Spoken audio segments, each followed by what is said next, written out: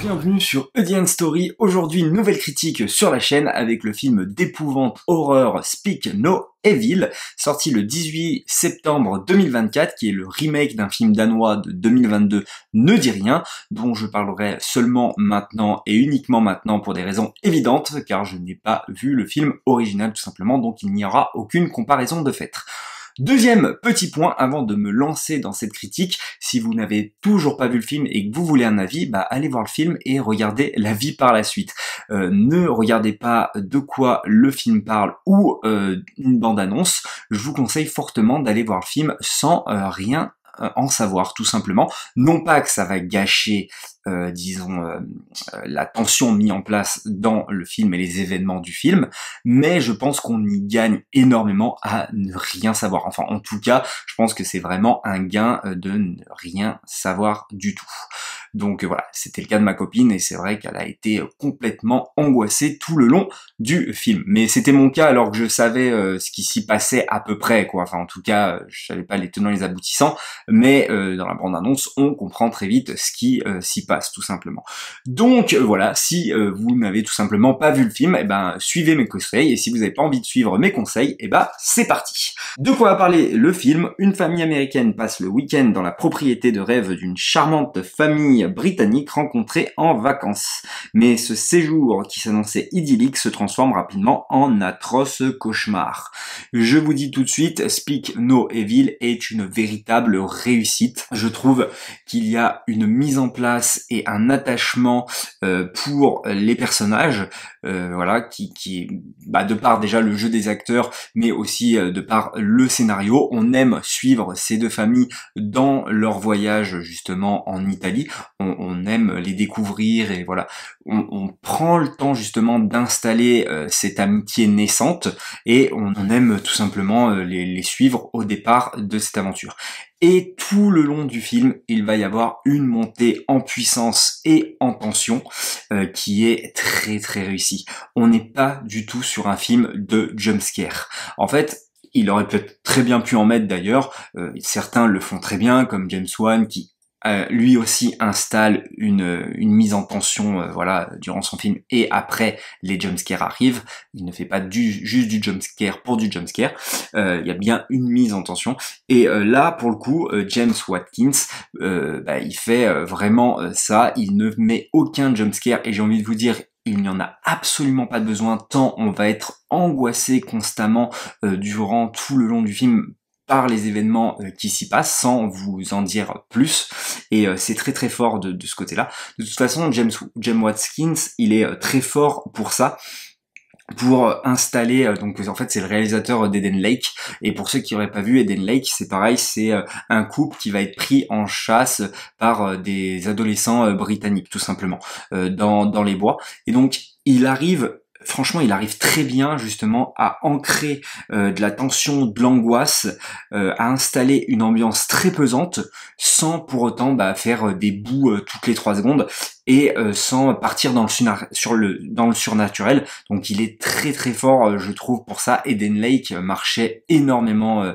là-dessus et voilà, là pour le coup il continue. D'ailleurs il a vraiment un truc avec la campagne et la forêt britannique, ce réalisateur. Il y a des plans vraiment magnifiques parce qu'on va dans la campagne britannique et vraiment il y a de très jolis plans en plus de ça.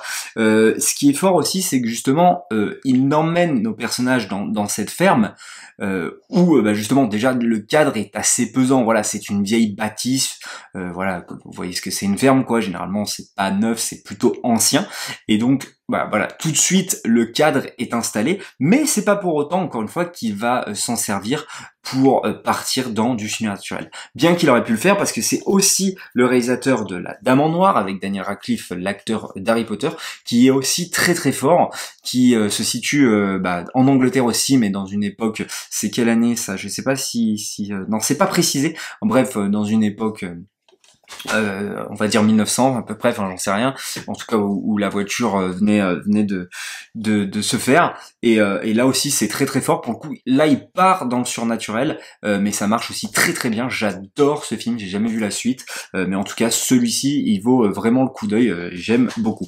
Donc voilà, déjà on a un réalisateur qui ancre son film dans la réalité, et j'ai pas trop envie d'en dévoiler plus pour ceux qui n'auraient pas vu le film, donc je vais m'attarder un petit peu plus sur les acteurs. Il y a James McAvoy qui est devenu un monstre, hein. Putain, mais le mec c'est une bête de muscle. Il est passé du professeur Xavier, donc c'est le professeur Charles Xavier dans à partir de X-Men le commencement, et donc voilà, c'est aussi l'acteur qui avait fait Split. Et d'ailleurs à ma grande surprise, je pensais fortement que James McAvoy avait au moins eu une sélection pour le meilleur acteur d'Oscar pour le film Split, et apparemment non, il a même pas été sélectionné, donc je pensais vraiment qu'il avait gagné pour ce film. En tout cas il l'aurait mérité, et là encore une fois il joue énormément bien, je trouve. Voilà, il est excellent dans le film.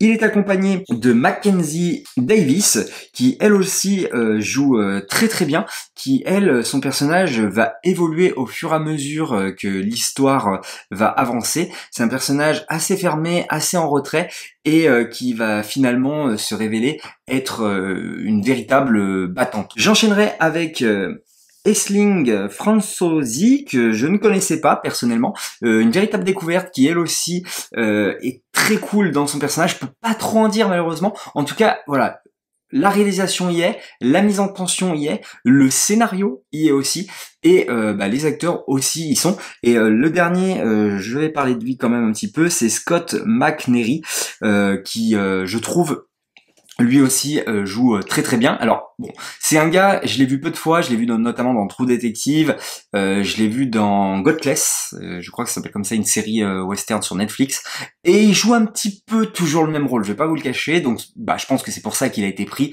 Voilà, ce gars un petit peu blasé de la vie, qui peut rien faire, qui peut pas se défendre, enfin voilà, on dirait vraiment le vieux daron qui ne dit jamais rien et qui laisse tout faire quoi. Et il joue un petit peu toujours le même rôle, je trouve, mais c'est pas pour autant qu'il joue mal, voilà, c'est pour ça qu'on le choisit généralement. Donc voilà, pour le coup, j'ai vraiment aussi adoré la prestation.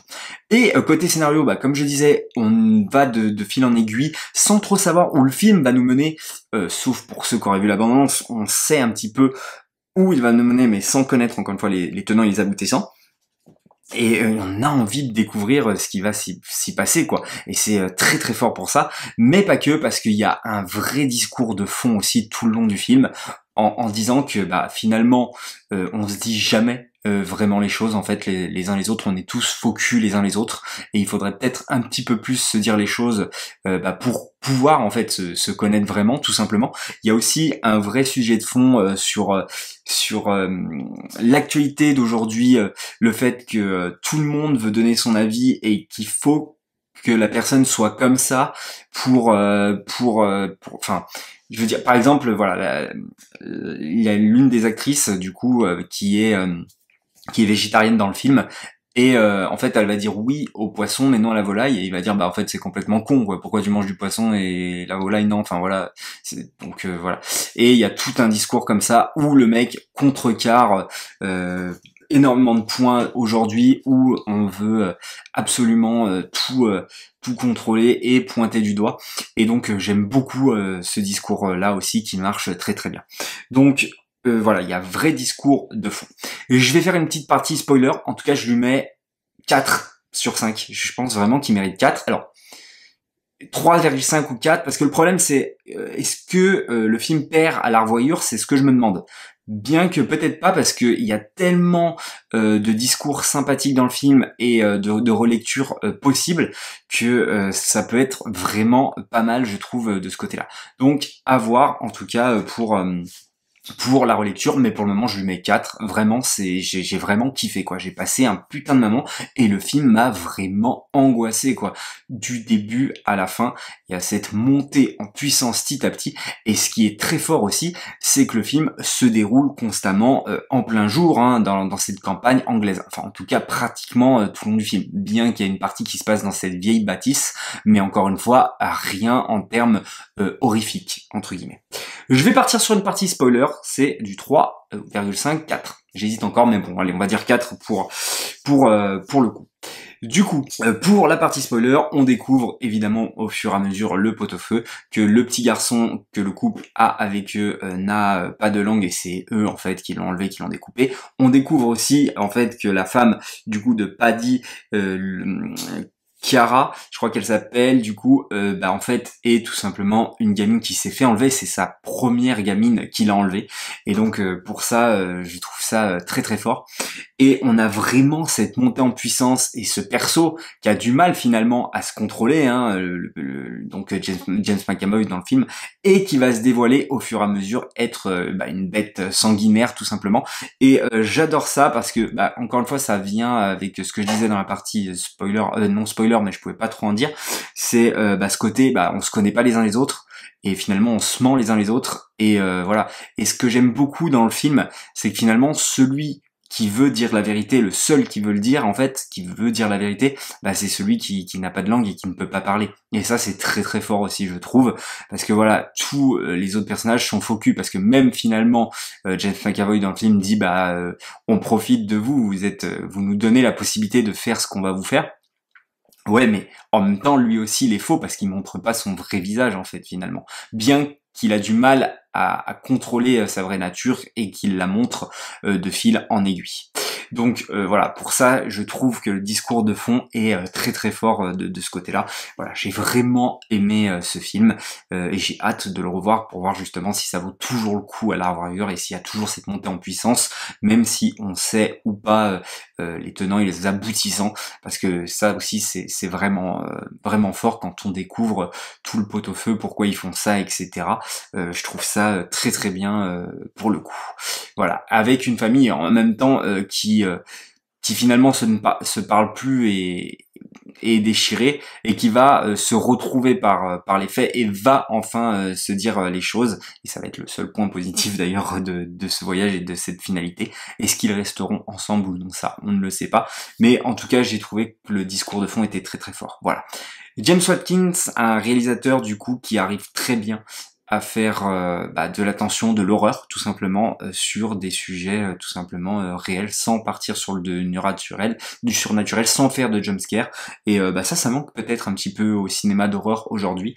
Et donc ça, c'est très très fort. Il y avait eu Midsommar il y a pas très longtemps, et j'ai pas vu son autre film Ari Aster, là, Hérédité, mais c'est vrai que moi Midsommar je suis passé un petit peu à côté, j'ai trouvé ça beaucoup trop lent, voilà, ça m'avait pas plu. Là pour le coup j'ai trouvé le film bien plus efficace et puis des acteurs vraiment au top niveau. Voilà pour Speak No Evil, ce que je pouvais vous en dire. N'hésitez pas à les voir pour ceux qui ne l'auraient pas vu, et pour ceux qui l'auraient vu, n'hésitez pas à faire part de votre avis dans les commentaires, likez, partagez, abonnez-vous, et nous comme d'habitude on se dit à la prochaine pour une prochaine histoire.